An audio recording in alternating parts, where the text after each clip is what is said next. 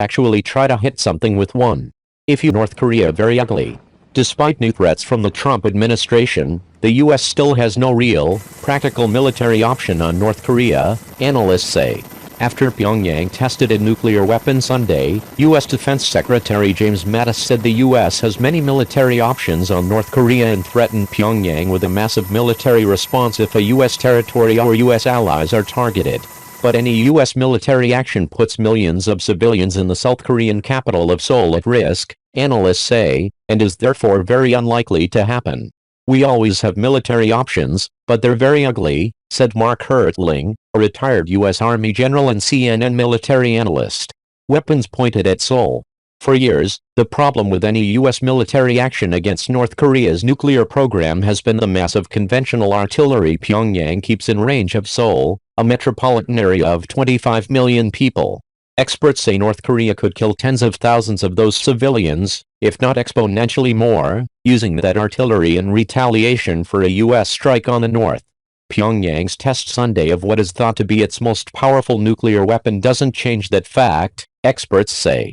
But some also say the test doesn't mean North Korea is any more of an immediate threat to the U.S. or its allies.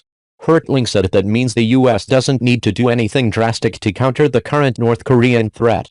Does North Korea threaten the existence of the United States or any of our allies right now? No, they don't, he said. Technological challenges.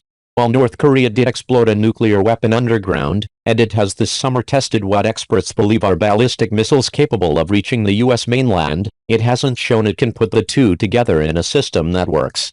A successful test means they can build a weapon, not that they have any ready for immediate use, said Carl Schuster, a former director of operations at the U.S. Pacific Command's Joint Intelligence Center.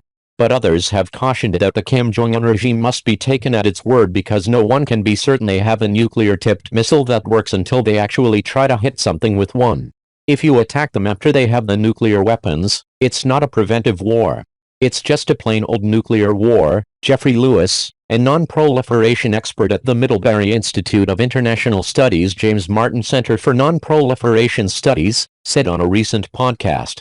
Bruce Bennett, a senior researcher at the RAND Corporation who specializes in North Korea, said letting Pyongyang develop a working nuclear-tipped missile leaves the U.S. open to a kind of nuclear blackmail. North Korea might tell the United States to not send conventional forces to South Korea, threatening to detonate nuclear weapons on U.S. cities if the U.S. does send those forces, Bennett said. What would be needed for strike? Even if that's a possibility, analysts say the U.S. is in no position right now to wage the kind of military campaign that could bring battlefield success on the Korean peninsula. It would need weeks, if not months, to get needed additional troops and equipment to the region. Those would include aircraft such as B-2 and B-52 bombers that would operate out of the U.S. Air Force Base on Guam, and F-22 stealth fighters would be part of any first strike, experts say. Additional warships and submarines equipped with Tomahawk missiles would be needed to suppress North Korean air defenses so the bombers could operate, they say. And then ground troops would be needed in far greater numbers that are now available to take control of sites inside North Korea where nuclear weapons might survive a first strike. No additional forces are present, Schuster said Monday. But the U.S. does have the forces such as the THAAD and Aegis missile defense systems in place to protect South Korea and Japan from a North Korean first strike, Hertling said. And that means there's still time to get diplomacy to work, he said. We're still controlling the clock here. It's within our ability to keep the initiative, he said.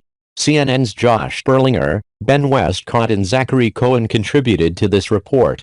These sanctions will cut deep, and in doing so will give the North Korean leadership a taste of the deprivation they have chosen to inflict on the North Korean people. Sanctions in the wake of North Korea's alarming progress in its nuclear and missile programs. Kim Jong-un launching a second intercontinental ballistic missile just 9 days ago, a missile potentially capable of reaching as far as the eastern U.S. It is now Secretary of State Rex Tillerson's mission as he travels across the region to ensure all parties, especially China, adhere to the sanctions in hopes North Korea finally comes around. Well, the best signal that North Korea could give us that they're prepared to talk would be to stop these missile launches. We've not had an extended period of time where they have not taken some type of provocative action by launching ballistic missiles. And that will indeed be the big test. But whether the North Koreans stop the tests or not, the U.S. will give the sanctions time to bite before taking further action. But Secretary Tillerson said there is no time frame for that. Developing this morning, North Korea says there is no bigger mistake than the U.S. thinking it's safe across the ocean. National Security Advisor H.R. McMaster says President Trump has been briefed on military options regarding North Korea. It's an incredibly strong day for the United States. It's a strong day for the United Nations. It's a strong day for the international community that wanted to send a message to the North Korean regime that we were done. The time of talking is over. We made that very clear on Monday, and the time for action has happened, and now it's time for North Korea to decide where they're going to go.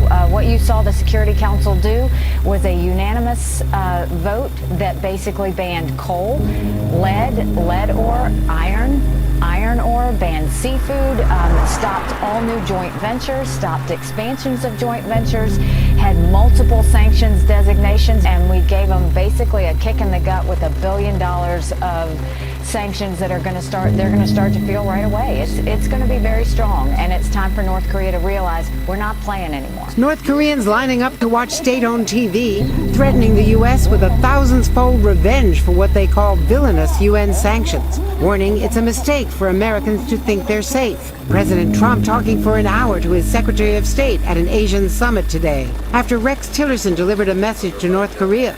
Stop testing missiles, then we can negotiate. North Korea's shocking breakthrough in a test 10 days ago, a missile able to reach as far as Chicago, has alarmed the world.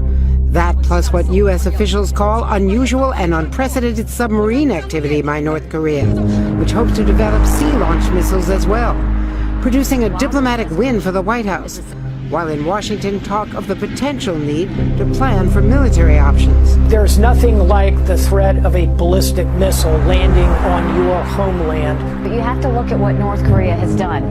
This is a country who has taken all of its revenues and not given it to its people to feed where they're starving, but instead has put it towards an irresponsible nuclear program where they're trying to show their muscle. So what we basically did was kicked them in the stomach, told them to stop, and said we're not going to put up with it anymore, and the ball is now in North Korea's court. They have a big decision to make. They can either respond by pulling back and saying that they're not going to be a part of this reckless activity anymore.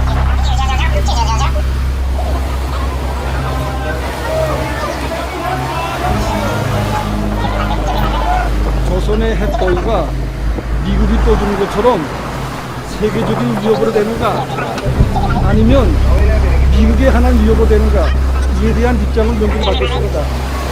그리고 조선반도의 핵문제의 근원, 조선반도 정세 격파의 근원이 바로 미국에 있다는 입장을 명확하겠습니다.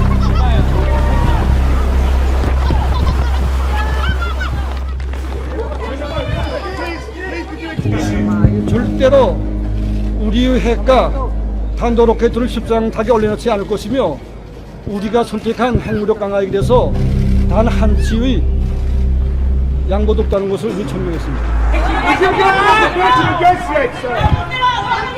China said that sanctions would put a lid on the nuclear capability of North Korea.